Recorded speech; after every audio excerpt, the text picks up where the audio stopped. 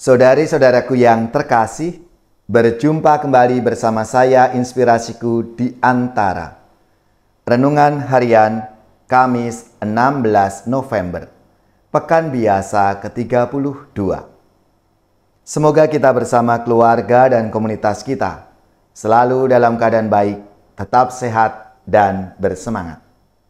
Marilah kita mengawali renungan kita hari ini dengan tanda kemenangan Kristus. Dalam nama Bapa dan Putra dan Roh Kudus. Amin. Allah Bapa sumber cahaya abadi, kebijaksanaan-Mu telah Kau nyatakan dalam diri Yesus Kristus Putra-Mu. Semoga kami mampu berpikir dan bertindak seturut teladan kasih-Mu, agar kami dapat mengusahakan persaudaraan sejati. Dengan pengantaraan Yesus Kristus Putra-Mu Tuhan kami, yang bersama dengan Dikau dalam persatuan Roh Kudus, hidup dan berkuasa Allah sepanjang segala masa. Amin. Dalam nama Bapa dan Putra dan Roh Kudus. Amin. Inspirasi kita hari ini dari Injil Suci menurut Lukas bab 17 ayat 20 sampai 25. Marilah kita siapkan kitab suci kita masing-masing. Kita akan membaca bersama-sama, lalu merenungkannya. Sekali peristiwa, orang-orang Farisi bertanya kepada Yesus, "Kapan kerajaan Allah datang?" Yesus menjawab, "Kerajaan Allah datang tanpa tanda-tanda lahiriah. Tidak dapat dikatakan, 'Lihat, ia ada di sini,' atau 'ia ada di sana.' Sebab sesungguhnya kerajaan Allah sudah ada di tengah-tengahmu."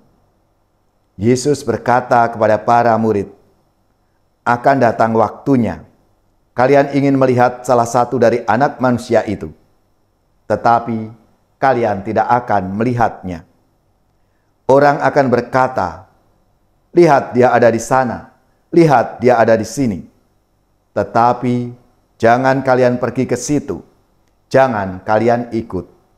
Sebab seperti kilat memancar dari ujung langit yang satu ke ujung langit yang lain, demikian pula halnya dengan Anak Manusia pada hari kedatangannya kelak. Tetapi ia harus menanggung banyak penderitaan dahulu dan ditolak oleh angkatan ini." Demikianlah sabda Tuhan. Terpujilah Kristus. Saudari-saudaraku yang terkasih, dalam sabda Tuhan hari ini Yesus mengatakan bahwa kerajaan Allah datang tanpa tanda-tanda lahiriah. Orang juga tidak dapat mengatakan, "Lihat, kerajaan Allah ada di sana," atau "ada di sini."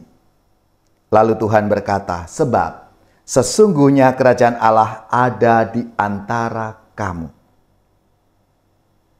Kita mesti memahami sabda Allah ini dalam keseluruhan konteks kitab suci Perjanjian Baru. Bahwa Yesus Kristuslah sebenarnya yang memenuhi dan mengenapi kerajaan Allah itu sendiri.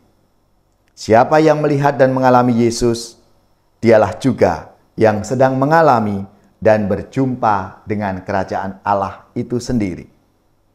Kerajaan Allah itu merupakan daya, kekuatan dari Allah yang mendatangi kita umat manusia untuk menyelamatkan, menebus, membebaskan, dan memerdekakan kita. Kerajaan Allah sudah ada di tengah kita, karena Tuhan Yesus memang sudah hadir di dunia ini.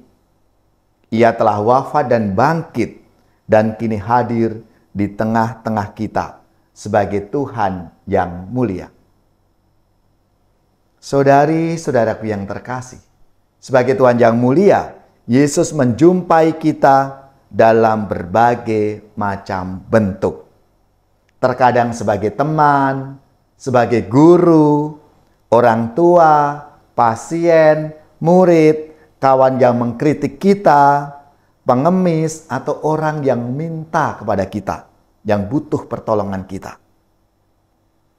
Intinya, Ketika ada kasih dan perhatian yang dicurahkan, entah itu kita terima atau malah sebaliknya, harus kita berikan.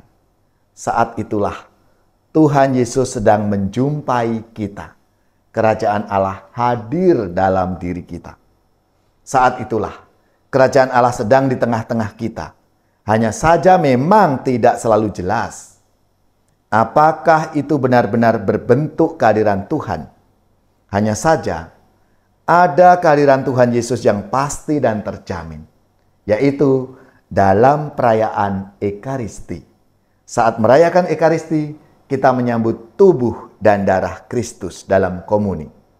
Kita benar-benar sedang menjumpai Tuhan Yesus yang sedang hadir untuk kita.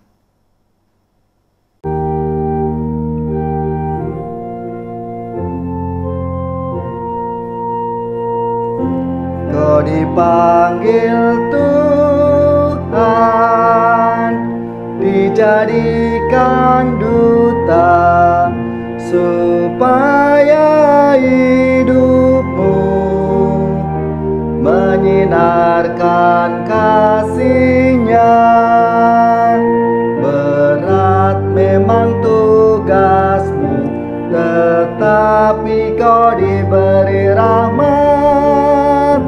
Kau dipanggil Tuhan, dijadikan duta, supaya hidupmu menyinarkan kasih-Nya. Sang Kristus memikatmu, takkan mampu kau menolaknya. Kau dipanggil Tuhan, dijadikan duta, supaya hidupmu menyinarkan kasih-Nya.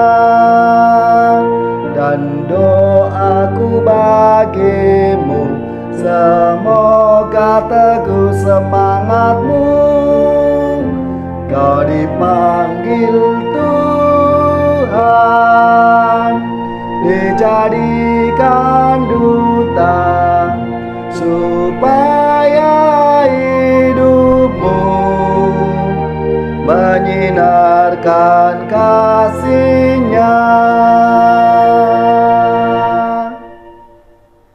Saudari-saudaraku yang terkasih, marilah kita mengakhiri renungan kita hari ini dengan mohon berkat Tuhan, dan kita akan menerima tugas berutusan.